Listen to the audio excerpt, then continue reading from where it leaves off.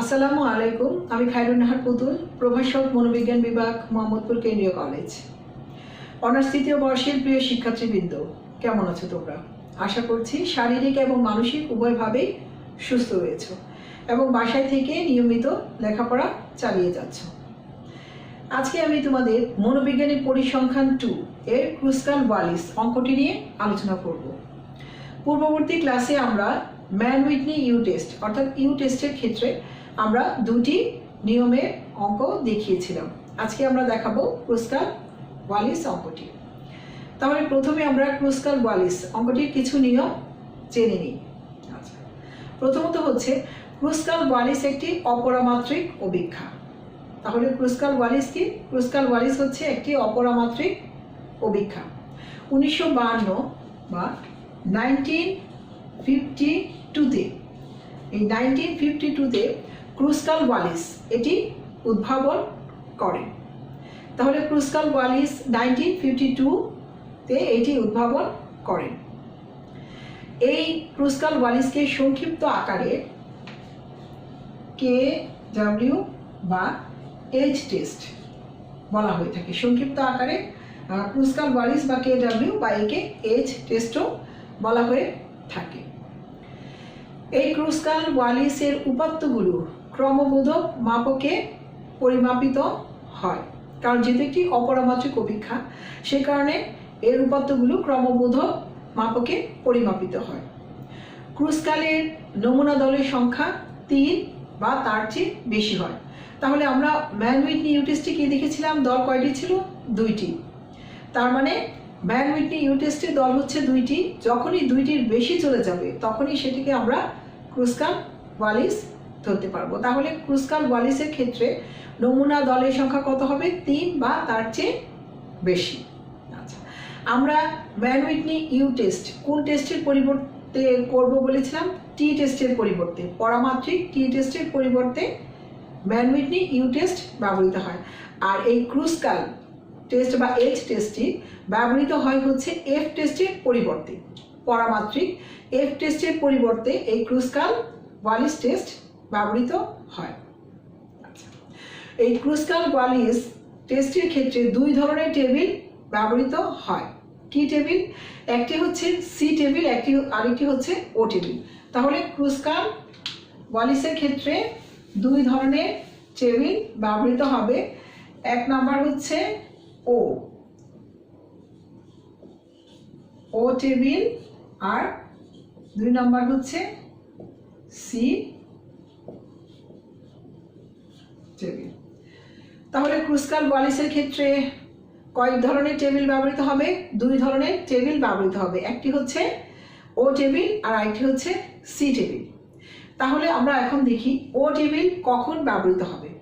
ও table ব্যবহৃত হবে যখন কে 3 অর্থাৎ আমরা যদি কলাম বা দল 3টি থাকে এবং নমুনার সংখ্যা বা এন এর সংখ্যা যখন 5 বা তার নিচে। তাহলে কে টেবিলের ক্ষেত্রে কি?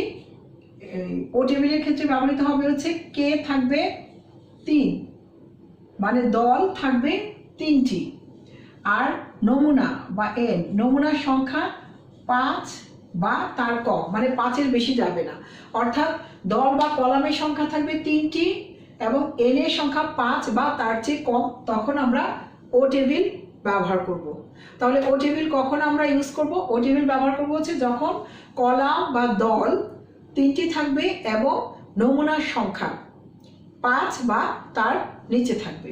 আচ্ছা, তাহলে সি টেবিল আমরা কখন ব্যবহার করব? সি টেবিল ব্যবহার করব হচ্ছে যখন কলাম বা দল 3 এর অধিক, মানে 3 এর বেশি থাকবে। দল 3 এর বেশি থাকবে এবং এন কত থাকবে? এন হচ্ছে 5-এর বেশি থাকবে। অর্থাৎ এন থাকবে 5-এর, নমুনার সংখ্যা থাকবে 5-এর বেশি। তাহলে দেখো, ও টেবিলের ক্ষেত্রে কলাম 3টি এবং নমুনার সংখ্যা হচ্ছে 5টি, আর সি টেবিলের ক্ষেত্রে কলাম 3-এর বেশি থাকবে এবং নমুনার সংখ্যাও 5-এর বেশি থাকবে। আচ্ছা, সি টেবিলের ক্ষেত্রে স্বাধীনতার মাত্রা মানে আমরা যেটাকে জানি ফ্রিডম অফ ডিগ্রি এর প্রয়োজন হয়, অর্থাৎ ডিএফ নির্ণয়ের প্রয়োজন হয়। এটা সি টেবিলের ক্ষেত্রে, সি টেবিলের ক্ষেত্রে ডিএফ নির্ণয়ের প্রয়োজন হয়, মানে স্বাধীনতার মাত্রা, যাকে আমরা ফ্রিডম অফ ডিগ্রি বলে থাকি, সেটি নির্ণয় করতে হবে। যখন আমরা অঙ্কটি করব তখন তোমাদেরকে বুঝিয়ে দিব। এখানে আরেকটি ব্যাপার আছে, তোমরা একটু মনোযোগ দিয়ে বিষয়টি শোনো। বিষয়টি হচ্ছে যে একটি সংখ্যা যদি একাধিকবার থাকে তাহলে টাইট বের করতে হয়। একটি সংখ্যা যদি একাধিকবার থাকে এক্ষেত্রে টাইট, এই ক্রুস্কাল ওয়ালিসের ক্ষেত্রে টাইট বের করতে হয়। এর আগে আমরা ম্যান উইটনি টেস্টের ক্ষেত্রে কি দেখেছি যে একটি সংখ্যা মানে দুবারও ছিল, এরকম বেশ কতগুলি সংখ্যা একের অধিক দুবার ছিল। এক্ষেত্রেও দেখা যাবে যে একটি সংখ্যা বেশ কয়েকবার থাকতে পারে। যদি একটি সংখ্যা একাধিকবার থাকে তাহলে টাইট নির্ণয় করতে হবে। এই টাইট পর্যবেক্ষণ যদি 25%-এর বেশি হয়, মানে 25%-এর বেশি হলে একটি টাইট নির্ণয়ের একটি সূত্র ব্যবহৃত হয়। সেই টাইট নির্ণয়ের সূত্রটি হচ্ছে T = সামেশন T3 - T, অর্থাৎ এই সূত্রটি ব্যবহৃত হবে। তাহলে আমি কি বলেছি, যদি সংখ্যা একাধিকবার থাকে, মানে একটি সংখ্যা যদি একাধিকবার থাকে তবে টাইট নির্ণয় করতে হবে, এবং এই টাইট যদি 25%-এর বেশি হয় তাহলে আমাদের সংশোধিত একটি সূত্র রয়েছে। সেই সূত্রের ক্ষেত্রে টাইট বা টি নির্ণয়ের জন্য এই সূত্রটি ব্যবহার করা হবে। সূত্রটি হচ্ছে সামেশন ব্র্যাকেট T3 - T। এই সূত্রটি আমরা ব্যবহার করব। সেটি অঙ্কে করার সময়, যখন অঙ্কে যাবো, অঙ্কে করার সময় আমি তোমাদেরকে আবারও সুন্দর করে বুঝিয়ে দিব। তাহলে চলো আমরা ক্রুস্কাল ওয়ালিসের একটি অঙ্ক করি। প্রিয় শিক্ষার্থী, তাহলে দেখো যে এরকম একটি প্রশ্ন দেওয়া থাকলো যে সেটি থেকে আমরা ক্রুস্কাল ওয়ালিস নির্ণয় করব। প্রশ্নটি হলো, নিম্নের উপাত্তকে বিশ্লেষণ করে সমস্যা সমাধান কর। এবং দেয়া থাকলো যে মনোভাবের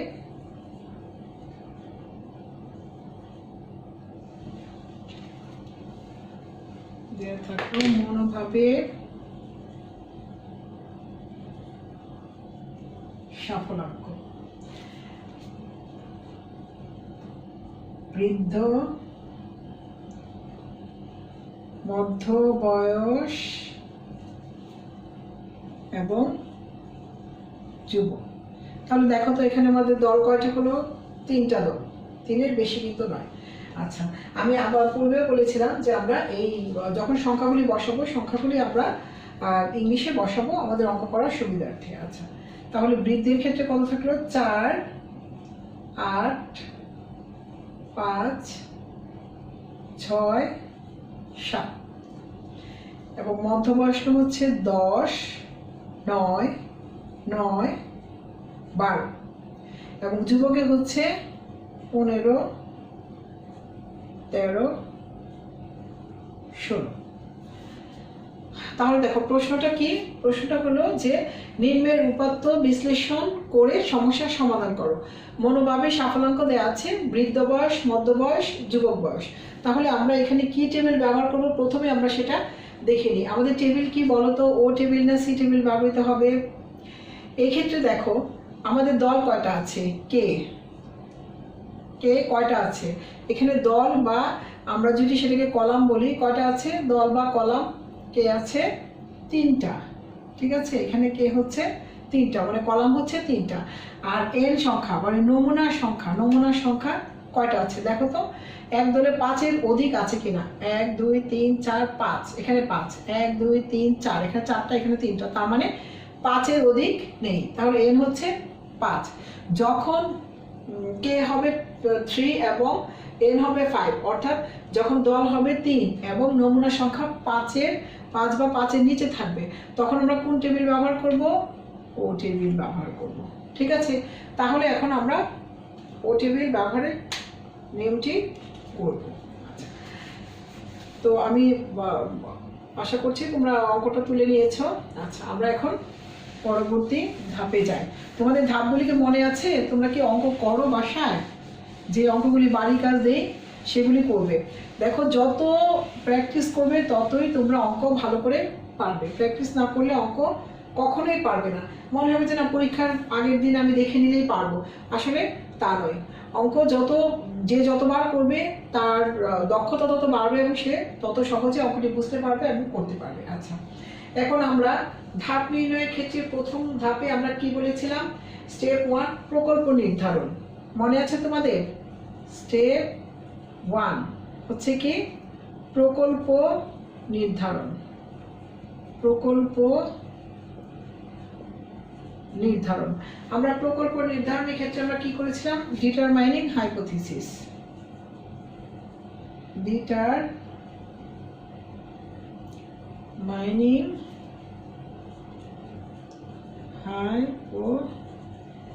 হাইপোথিসিস, ঠিক আছে? Determining hypothesis. এক্ষেত্রে আমরা কি করেছিলাম? দেখো, প্রকল্প নির্ধারণের ক্ষেত্রে H0 থাকে এবং কি থাকে? আরেকটা H1। H0 কি? H0 হচ্ছে যে এটা হচ্ছে শূন্য প্রকল্প আর বা নাস্তিক প্রকল্প, আর H1 হচ্ছে বিকল্প প্রকল্প। তাহলে এক্ষেত্রে আমাদের দল কয়টা? 3টা। তাহলে আমরা K1 সমান সমান K2 সমান সমান K3। কিন্তু H1 এর ক্ষেত্রে কি হবে? K1 সমান সমান not equal to K2 not equal to K3। এর মানে কি? এর মানে দেখো, আমরা এই H0 এর ক্ষেত্রে এখানে আমরা লিখতে পারি যে মনোভাবের সাফল্যকে তাৎপর্যপূর্ণ পার্থক্য নেই। মনোভাবের সাফল্যাঙ্কের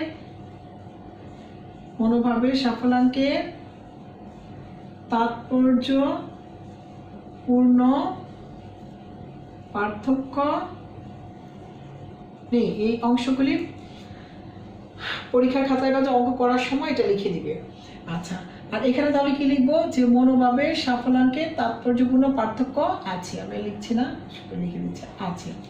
তার মানে H0টা কি হবে? মনোভাবের সাফল্যাঙ্কের তাৎপর্যপূর্ণ পার্থক্য নেই, আর H1 হচ্ছে মনোভাবের সাফল্যাঙ্কের তাৎপর্যপূর্ণ পার্থক্য আছে। আচ্ছা, স্টেপ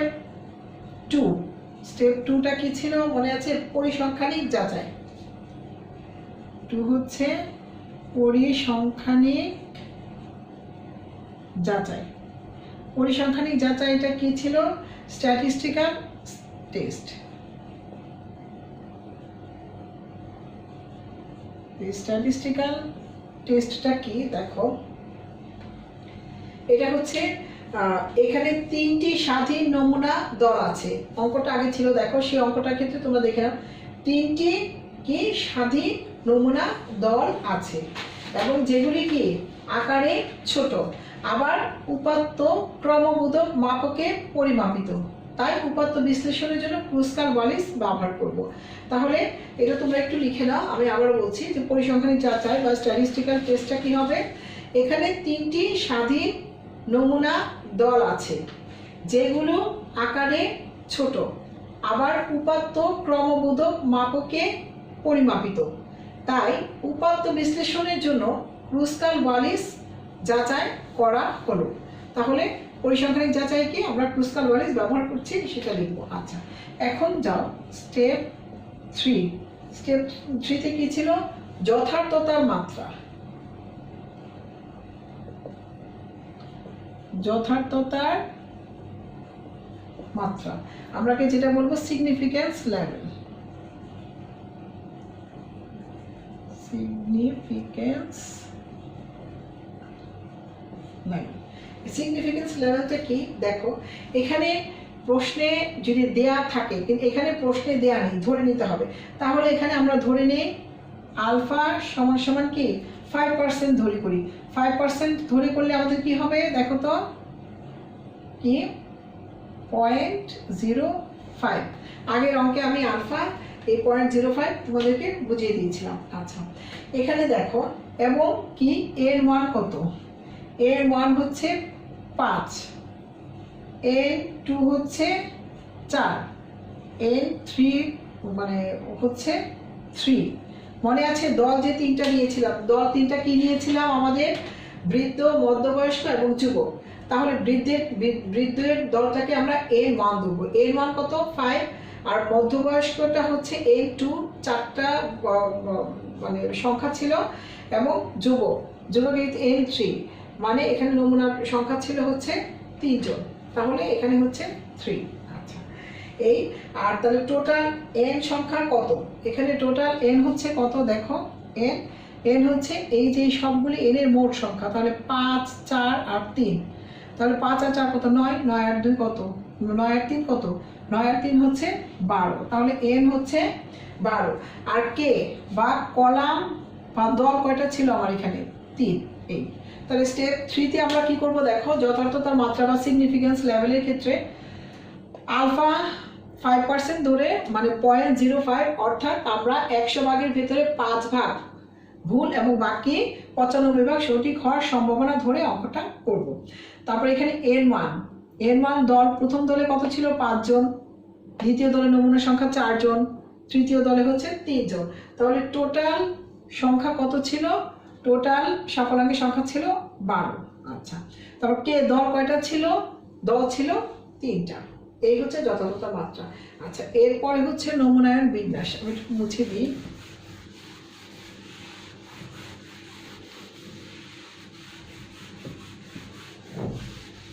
আচ্ছা, পরের স্টেপে যাবে। স্টেপ 4 হচ্ছে নমুনায়ন বিন্যাস।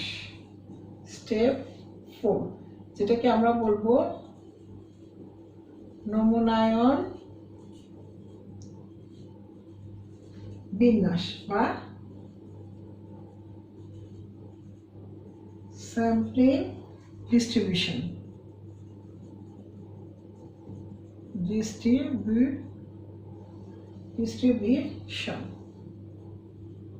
Sampling distribution.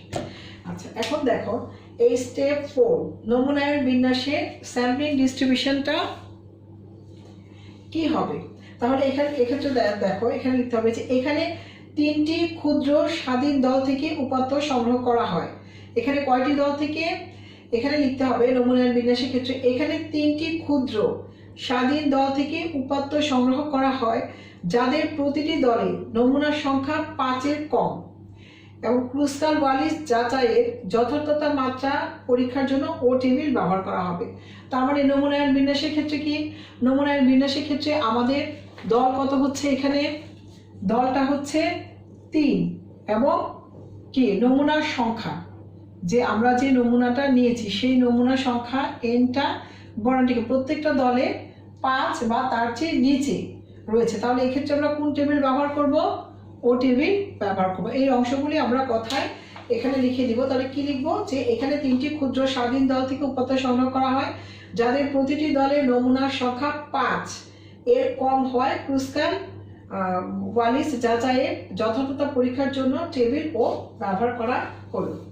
এখন স্টেপ 5 হচ্ছে সংশয় মান, বা আমরা যেটাকে ক্রিটিক্যাল ভ্যালু বলবো। তাহলে স্টেপ 5 হচ্ছে কি মান? সংশয় মান। বা এটাকে আমরা ক্রিটিক্যাল ভ্যালু বলে থাকবো। এই সংশয় মান বা ক্রিটিক্যাল ভ্যালুটা কি? দেখো, নির্ণীত ক্রুস্কাল ওয়ালিসের মান অপেক্ষায় টেবিল মান ও থেকে প্রাপ্ত সংশয় মান ছোট হলে H0 বর্জন করা হবে। তার মানে আমরা যেই মানটা পাবো সেই মান থেকে যদি টেবিল মান ছোট হয়, তার মানে আমাদের ক্যালকুলেশন মান যদি বড় হয় আর টেবিল মান যদি ছোট হয়, তাহলে H0 বর্জন হবে এবং H1 অ্যাকসেপ্টেড হবে, অর্থাৎ H0 রিজেক্টেড হবে, H1 অ্যাকসেপ্টেড হবে। আচ্ছা, স্টেপ 6 মানে তথ্যজ মান নির্ধারণ। আচ্ছা, তাহলে এটুকু আমরা মুছে দিই।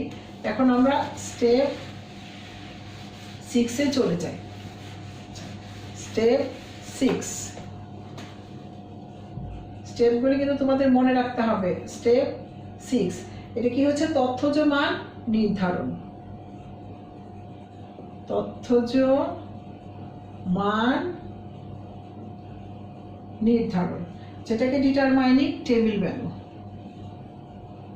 Determining table value. আচ্ছা, তাহলে এই ক্ষেত্রে দেখো আমরা আগের অঙ্কের মতো ইউ টেস্টের ক্ষেত্রে আমরা যেভাবে সূত্র প্রয়োগ করে বের করেছি, এই ক্ষেত্রে আমাদের সেম একইভাবে টেবিলটা তৈরি করে আমাদের মানটা বের করতে হবে। তাহলে ওখানে আমরা কি করেছিলাম, সাফল্যাঙ্ক সমূহকে ক্রমানুসারে সাজিয়ে পাই।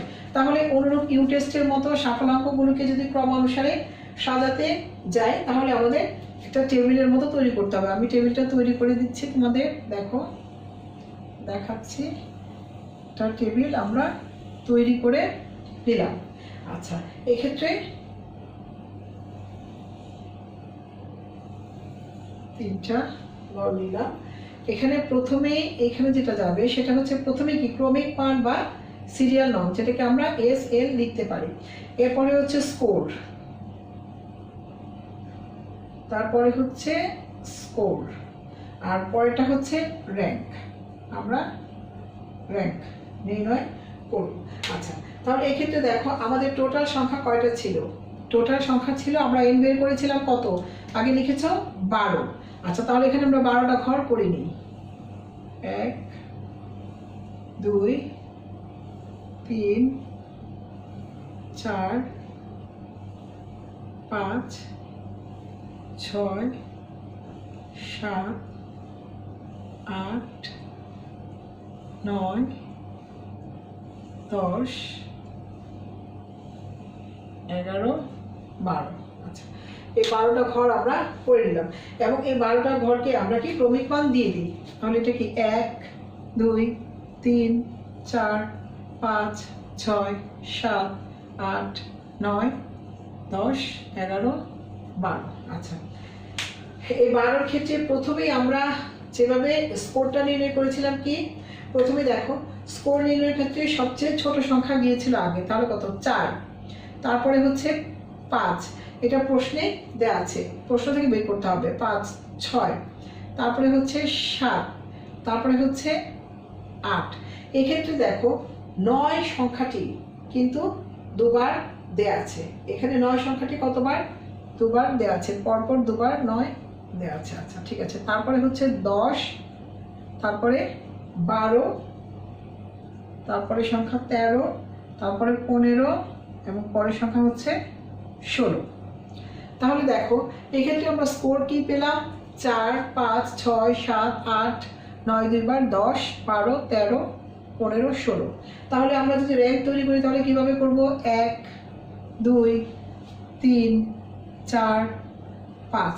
এখন 9 এর ক্ষেত্রে আমরা আগে কি করেছিলাম? হ্যাঁ, দুইটাকে যোগ করে 2 দিয়ে ভাগ দিলে এই 2 9টাকে যোগ করে, মানে এখানে 6 এবং 7, যেহেতু দুইটা 9 আছে, 6 এবং 7কে যোগ করে 2 দিয়ে ভাগ দিলে যে সংখ্যাটা আসে সেটাই। 6 এবং 7কে যোগ করে 2 দিয়ে ভাগ দিলে আসে হচ্ছে 6.5, এখানেও 6.5। আগের অঙ্কে তোমরা ইউ টেস্টটা করে এসেছো। এরপরে হচ্ছে 8 9 10 11 12। এই আমাদের র্যাঙ্ক তৈরি হয়ে গেল। তাহলে আমরা প্রথমে কি লিখেছি? এখানে সাফল্যাঙ্কগুলোকে ক্রম অনুসারে সাজিয়ে পাই। এখানে আমরা লিখব হচ্ছে সাফল্যাঙ্কগুলোকে ক্রম অনুসারে সাজিয়ে পাই, ক্রম অনুসারে সাজিয়ে পাই। এই দিয়ে আমরা এটা সাজিয়ে দিলাম। আচ্ছা, অনুরূপভাবে ইউ টেস্টের মতো আমরা এটাকে দল অনুসারে আবার সাজিয়ে দিব।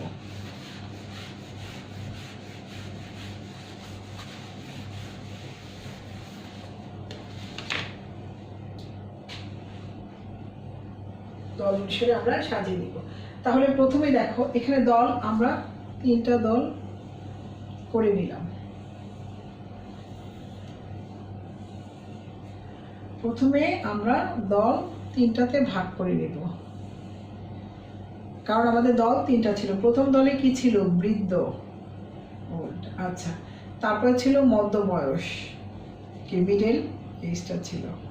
আচ্ছা, এরপরে ছিল হচ্ছে যুবক বা যুবক ছিল। আচ্ছা, যুবক। এখানে দেখো তারপরে স্কোর এবং র্যাঙ্ক, প্রত্যেকটা ক্ষেত্রে আমরা আবার দুটো ঘর করে নিব। এখানে হচ্ছে স্কোর র্যাঙ্ক, এটা কত স্কোর, আর এখানে হচ্ছে র্যাঙ্ক, এটা স্কোর র্যাঙ্ক স্কোর র্যাঙ্ক। আচ্ছা, এখানে প্রথম ঘরে ছিল যেহেতু পাঁচটা ঘর করে নিই, 1 2 3 4 5। তাহলে স্কোরের ক্ষেত্রে প্রথমে এই ঘরটাতে বৃদ্ধটাতে কত ছিল প্রশ্নে দেখো, 4 8 5 6 7। ঠিক আছে, তাহলে এই স্কোর আগের স্কোর অনুসারে মুছে ফেলেছি, তোমরা তো লিখে নিয়েছো। সেটা থেকে দেখো তো 4 কত নম্বর সিরিয়ালে, প্রথমে 1, 4 হচ্ছে 1-এ, আচ্ছা 8 হচ্ছে 5-এ, আর 5 হচ্ছে 2-এ, 6 হচ্ছে 3-এ, 7 হচ্ছে 4। আচ্ছা, তাহলে মিডল এই যে স্কোরটা কত ছিল, 10 9 9 12। তাহলে 10 কত 8 নাম্বার মানে ছিল, আর 9 পরপর কত ছিল 6.5 এবং 12 ছিল 9 ঘরে। আচ্ছা, যুবকের ক্ষেত্রে যখন আমরা যাব তখন কত ছিল, 15 13 16। তাহলে এখানে স্কোর হচ্ছে 11 10 12। তাহলে এই স্কোরগুলি আমরা এখানে পেয়ে গেছি। আচ্ছা, এই ক্ষেত্রে দেখো বৃদ্ধের ক্ষেত্রে এখানে এটা স্কোরের সংখ্যা কি, n1 কত 5, এখানে r1 বের করতে হবে। r1 টোটাল কত, r1 টোটালটা হচ্ছে 15। আবার অনুরূপভাবে এখানে যদি আমরা যাই তাহলে n2 কত, n2 হচ্ছে 4। আর এখানে র্যাঙ্কটা বের করতে গেলে র্যাঙ্কের r2 হচ্ছে, এখানে n2 এটাও r2 হবে, r2 হচ্ছে 30। আচ্ছা, অনুরূপভাবে n3 এখানে কত 3, এখানে r3 কত হচ্ছে 33। তাহলে দেখো এক্ষেত্রে আমরা কি মান পেয়েছি, n1 5, r1 হচ্ছে 15, আবার n2 4, r2 হচ্ছে 30, n3 3, r3 হচ্ছে 33। আচ্ছা, অঙ্ক আমাদের মোটামুটি এটুকু হয়ে গেল। এখন আমি একটা কথা বলেছিলাম, তোমাদের মনে আছে কিনা জানি না, যে টাইট বের করতে হবে। অর্থাৎ অঙ্কের ক্ষেত্রে যদি টাইট একটা সংখ্যা যদি একাধিকবার থাকে, এক্ষেত্রে একটি সংখ্যা একাধিকবার আছে, হ্যাঁ একটি সংখ্যা একাধিকবার আমাদের আছে। সেটা কিভাবে আছে আমরা দেখলাম যে 9। আচ্ছা, তাহলে এখন আমাদের টাইট নির্ণয় করার পদ্ধতিটি আমরা দেখব, যে এখানে আমরা টাইটের সূত্রটি ব্যবহার করব কিনা প্রতিটি অঙ্কের ক্ষেত্রে, সেটা ও টেবিল সি টেবিল যে টেবিলই হোক না কেন, প্রত্যেকটি অঙ্কের ক্ষেত্রে এই পর্যন্ত যাওয়ার পরে আমাদের এই টাইটটা বের করে দেখতে হবে যে আমরা টাইটের সূত্র ব্যবহার করব কি অন্য সূত্র ব্যবহার করব। আচ্ছা, তাহলে এক্ষেত্রে আমরা দেখি যে টাইট আমরা ব্যবহার করব কিনা। এইটুকু অংশ তোমরা আশা করি তুলে নিয়েছো, আমি মুছে দিচ্ছি। আচ্ছা, এখন দেখো টাইটের সূত্র আমরা যখন নির্ণয় করতে যাব তখন নির্ণয়ের ক্ষেত্রে দেখব মোট টাইটের পর্যবেক্ষণের সংখ্যা আমরা বের করার জন্য বলছি। মোট টাইটের পর্যবেক্ষণের সংখ্যা আমাদের কয়টা ছিল, মোট সংখ্যা কয়টা ছিল 12টা, বৃদ্ধ মধ্য এবং যুবকের ক্ষেত্রে 12টা ছিল, এবং আমার পর্যবেক্ষণের মোট পর্যবেক্ষণের যে সংখ্যাটা ছিল তার ভেতরে আমার একটি সংখ্যা একাধিকবার ছিল। এক্ষেত্রে একটি সংখ্যা কয়টি সংখ্যা একাধিকবার ছিল, এক্ষেত্রে আমাদের 2টি সংখ্যা একাধিকবার ছিল। তাহলে যদি আমরা গড় করি, তাহলে গড় করলে দেখো 12টি সংখ্যার ভিতরে কয়টি সংখ্যা একাধিকবার ছিল, 2টি সংখ্যা, তাহলে একটি সংখ্যার ভিতরে কত 2। আবার যদি আমি ধরি যে 100টি সংখ্যার ভিতরে কত শতকরা ভাগ আমি বের করে নেই, তাহলে যদি আমরা কাটাকাটি করে দিই তাহলে এই ক্ষেত্রে দেখা যাবে যে এই দেখো কাটো 6 দিয়ে এটা কাটলে 16.66 আসে। তাহলে এখানে কত 16.66 আসছে হচ্ছে টাইট। তাহলে টাইটের ক্ষেত্রে যদি 16.66 আসে, আমি কত বলেছিলাম, টাইট 25%-এর বেশি হলে তখন সংশোধিত সূত্রটি ব্যবহার করতে হবে, অর্থাৎ টাইটের সূত্রটি ব্যবহার করতে হবে। তাহলে তোমরা এখন বলো তো যে আমরা টাইটের সূত্রটি এই অঙ্কটির ক্ষেত্রে ব্যবহার করব কি করব না? হ্যাঁ, এই অঙ্কের ক্ষেত্রে আমরা টাইট ব্যবহার করব না। এই টাইট নির্ণয়ের সূত্রটা আমি আবার বলে দিচ্ছি, তোমাদের টোটাল যে সংখ্যাটা থাকবে, যেমন n1 n2 n3 মিলিয়ে টোটাল সংখ্যা কত ছিল? n, মানে ক্যাপিটাল লেটারের n ছিল 12। তো এই 12টি সংখ্যার ভেতরে আমার কতটি সংখ্যা দুবার ছিল? 2টি সংখ্যা। মানে আমরা যখন অঙ্কটা করেছি তখন দেখেছি কি কোন পয়েন্টে দুইবার ছিল? 9 আমাদের দুইবার ছিল। তাহলে 12টি সংখ্যার ভেতরে কয়টি সংখ্যা দুইবার ছিল? 2টি সংখ্যা দুইবার ছিল। তাহলে একটি সংখ্যার ভেতরে কত? 100টি সংখ্যার ভেতরে কত বের করে নিলাম, এবং আর কত আসছে? 16.66। অর্থাৎ আমার এই অঙ্কটির ক্ষেত্রে টাইট হবে না। টাইট যখনই 25% বা তার বেশি হবে তখনই টাইটের সূত্রটি, সংশোধিত সূত্রটি ব্যবহার করা হবে। কিন্তু যখন 25%-এর নিচে হবে তখন সংশোধিত সূত্রটি ব্যবহার করা হবে না। আচ্ছা, তাহলে এখন চলো আমরা সূত্রে বসিয়ে দিই। সূত্রে বসিয়ে দিলেই অঙ্ক হয়ে যাবে। যেহেতু এটি টাইটে না হলে আমরা যে সূত্রটি ব্যবহার করব ক্রুস্কাল-ওয়ালিসের ক্ষেত্রে, সেটি হচ্ছে KW ক্রুস্কাল-ওয়ালিস সমান সমান দেখো 12, এটা ক্যাপিটাল N প্লাস 1, এটা হচ্ছে summation r square j n j minus 3n plus 1। সূত্রটি মুখস্থ করে ফেলবে। সূত্রটি কি দেখো, এক্ষেত্রে সূত্রের ব্যাখ্যা তেমন নেই, শুধু সূত্রটি মুখস্থ করে ফেলবে। 12 divided n bracket n into n plus 1 summation r square j n j। এখানে r স্কয়ার j বলতে কি বোঝায়? মানে r স্কয়ার, দেখো r স্কয়ার j মানে আমাদের প্রতিটি যখন আমরা ওই র্যাঙ্ক বের করলাম, প্রতিটি র্যাঙ্কের জন্য এখানে র্যাঙ্ক 1 2 3 যাবে। আবার n j হচ্ছে মানে এখানে টোটাল n এর সংখ্যাটা n1 n2 n3 আমাদের বের করতে হবে, মাইনাস 3 ব্র্যাকেটে n প্লাস 1। আচ্ছা, তাহলে যদি এখন আমরা সূত্রে সংখ্যাগুলি বসাই তাহলে কি হবে দেখো। সূত্রে বসানোর সংখ্যাটি আমরা প্রথমেই দেখি। এখানে 12, n বড় সংখ্যা n আমাদের কত ছিল? টোটাল ছোট n গুলি যোগ করে আমরা প্রথমে কত পেয়েছিলাম? 12। আচ্ছা 12, তাহলে এখানে 12 প্লাস 1 এই আমরা পেয়ে গেলাম। আচ্ছা, এখন আমরা যদি আবার, তোমরা তো তুলে নিয়েছো, তোমাদের সুবিধার জন্য আমি বলছি যে এই ক্ষেত্রে আমি যদি সামেশনটা আলাদা করে নিই, summation r square j n j minus 3 এখানে 12 প্লাস 1। আচ্ছা, এখন আমি মানটা এখানে বসাই। এখানে 12, এটার মান যদি আমি এখানে বের করে নিই তাহলে 12 ইন্টু 13। আচ্ছা, এই ক্ষেত্রে দেখো এখানে একটা ব্র্যাকেট দিয়ে নিলাম কারণ 3টি সংখ্যা। এখানে প্রথমে আমার যেটা হবে সেটা হচ্ছে দেখো r1 স্কয়ার, এখানে যেহেতু r স্কয়ার তাহলে এখানে কত হবে? r1 স্কয়ার, ঠিক আছে, r1 স্কয়ার nj, তাহলে nj n1। আবার এখানে টোটাল সংখ্যাগুলি হবে যোগ করে, যেহেতু সাম, এখানে কত হবে? r2 square n2 plus r3 square n3 bracket শেষ মাইনাস 3 ইন্টু হচ্ছে এখানে 13। আচ্ছা, তাহলে এখন আমরা মানটা বসাই এখানে আবার 12 ইন্টু 13, এই কাজটা আমরা করে নিই। তাহলে r1 কত ছিল? r1 ছিল 15, তাহলে 15 স্কয়ার, এখানে হচ্ছে 15 স্কয়ার, আর নিচে n1 কত ছিল? 5 প্লাস r2 কত ছিল? 30, তাহলে এখানে 30 স্কয়ার, আর n2 কত ছিল? 4 প্লাস r3 কত ছিল? r3 ছিল 33, তাহলে 33 স্কয়ার, n3 কত ছিল? n3 ছিল 3, এই ব্র্যাকেট শেষ, এখানে হচ্ছে ইন্টু করলে 39 আসে।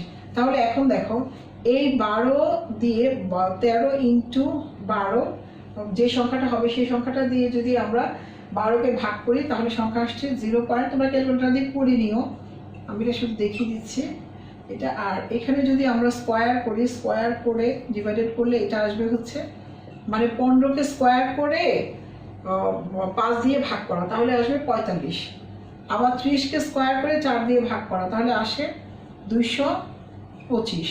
আবার 33কে স্কোয়ার করে 3 দিয়ে ভাগ করলে আসে 363, এই মাইনাস 39। এখন এখানে হচ্ছে ফার্স্ট ব্র্যাকেটে চলে যাবে।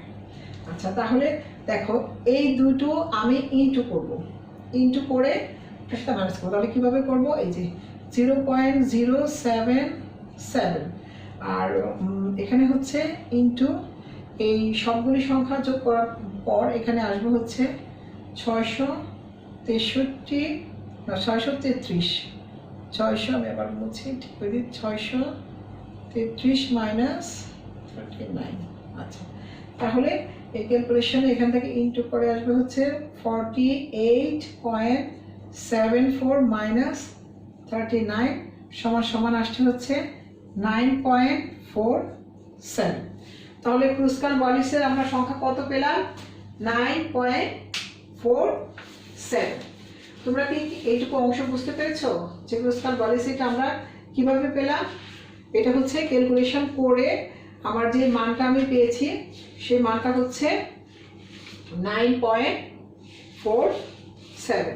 আচ্ছা, তাহলে এখন আমরা সিদ্ধান্ত গ্রহণের ক্ষেত্রে চলে যাব। আচ্ছা, সিদ্ধান্ত গ্রহণের ক্ষেত্রে দেখো আমরা কি করব? স্টেপ 7, অঙ্ক আমাদের সম্পূর্ণ হয়ে গিয়েছে।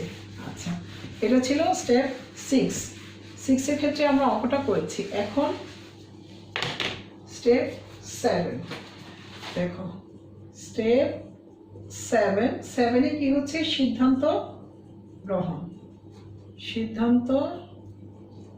গ্রহণ বা ডিসিশন মেকিং, সিদ্ধান্ত গ্রহণ বা ডিসিশন মেকিং। আমি একটু বলছি, তোমরা এটা লিখে নাও। সিদ্ধান্ত গ্রহণের ক্ষেত্রে কি লিখতে হবে? দেখো, n1 5, n1 = 5, n2 = 4, n3 = 3 এবং আলফা কত? 0.05। মাত্রায় আমরা কি করব? এই ক্রুস্কাল ওয়ালিসের সংশয় মূল্য মান, এখানে সংশয় মূল্য মান হচ্ছে টেবিল মান কত? এখন দেখো, এখানে টেবিল মানটা আমি পরে তোমাদের দেখিয়ে দিচ্ছি। এখন আমি একটু টেবিল মানটা এখানে আমি লিখে দিচ্ছি। টেবিল মান হচ্ছে এখানে 5.63। আচ্ছা, তাহলে দেখো আমরা যেহেতু এখানে ও টেবিল ব্যবহার করব, এই ক্ষেত্রে দেখো n1 কত? 5, n2 কত? 4 এবং n3 কত? n3 হচ্ছে 3 এবং আলফাকে আমরা কি ধরেছি? আলফাকে এখানে পয়েন্ট, যেহেতু আলফা আমাদের ছিল না সেক্ষেত্রে আমরা আলফাকে ধরে নিয়েছি। আলফাকে ধরে আমরা এই মানটা 0.05 দিয়ে মানটা বের করেছি। আচ্ছা, এক্ষেত্রে আমাদের যদি আমরা টেবিল মানে যাই, ও টেবিলের ক্ষেত্রে যাই, তাহলে আমাদের এই মানটা আমরা কিভাবে পাবো সেটা দেখো।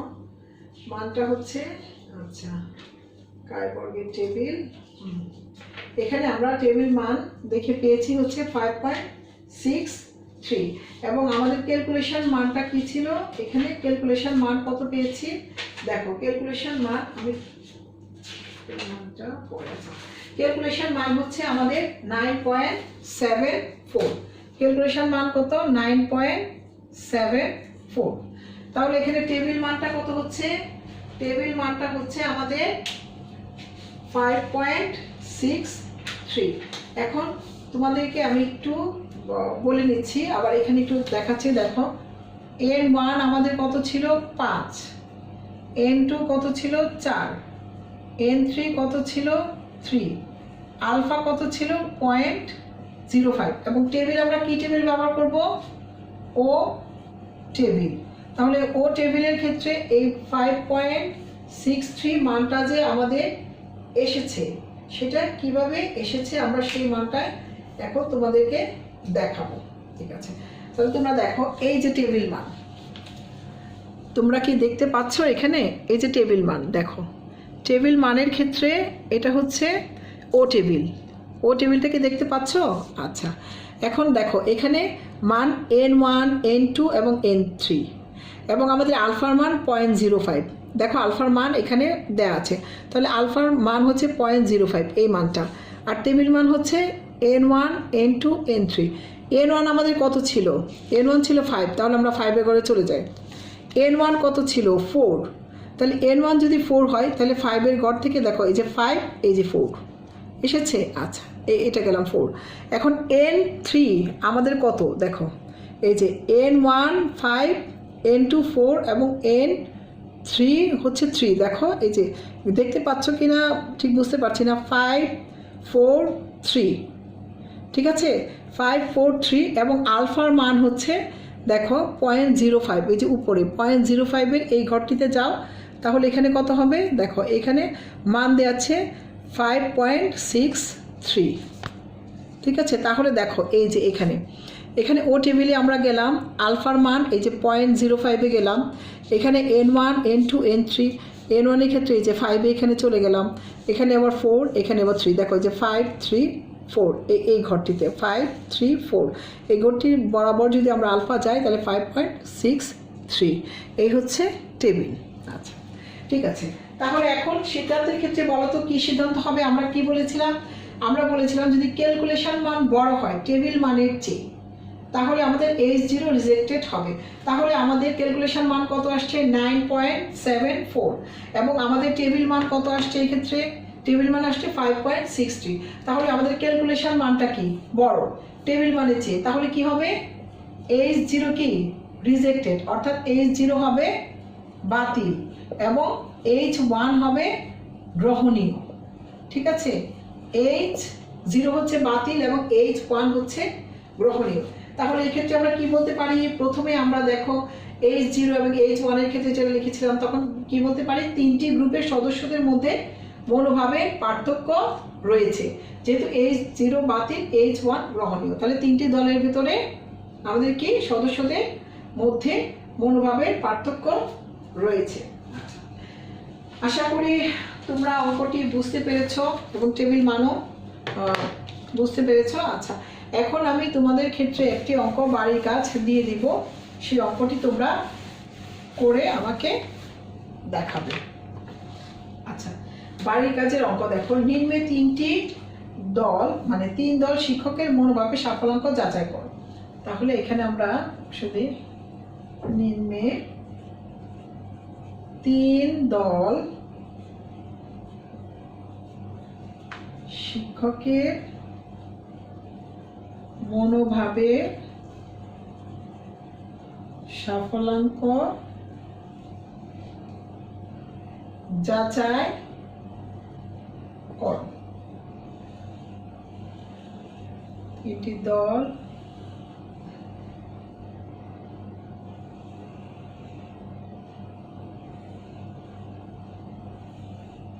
এটা হচ্ছে গ্রুপ 1, গ্রুপ 2, গ্রুপ 3। 1 2 3 4। এখানে হচ্ছে 89, এখানে হচ্ছে 128, 96, 61, 82, 124, 132, 115, 147, 166। এই বাড়ির কাজটি করে নেবে। এক্ষেত্রে আমি এখানে আলফার মান দিয়ে দিচ্ছি, আলফা সমান সমান 0.05। এই বাড়ির কাজটি তোমরা করে আমাকে দেখাবে। প্রিয় শিক্ষার্থীবৃন্দ, তাহলে আশা করছি তোমরা ক্রুস্কাল ওয়ালিসের এই নিয়মটি বুঝতে পেরেছো। তাহলে আজকে আমরা যে নিয়মটি করলাম সেটি কি? সেক্ষেত্রে ও টেবিল ব্যবহৃত হবে এবং যখন কলাম 3 মানে দল 3টি থাকবে এবং নমুনার সংখ্যা থাকবে 5-এর নিচে। আমি আশা করব তোমরা বাড়ির কাজটিও যথাযথভাবে সম্পন্ন করবে এবং আমাকে দেখাবে। তারপরেও যদি তোমরা কোনো অংশ বুঝতে না পারো তাহলে আমার সাথে যোগাযোগ করবে, আমি বুঝিয়ে দিব। এবং পরবর্তী ক্লাসে তোমাদেরকে সি টেবিল অর্থাৎ যখন দল বা কলাম 3-এর অধিক এবং নমুনার সংখ্যা 5-এর অধিক হবে, তখন যেভাবে ক্রুসকাল ওয়ালিস নির্ণয় করতে হবে সেটি আমরা দেখিয়ে দেব। তো আজ এই পর্যন্তই, আবারও দেখা হবে। ততক্ষণ পর্যন্ত সুস্থ থেকো, ভালো থেকো। আল্লাহ হাফেজ।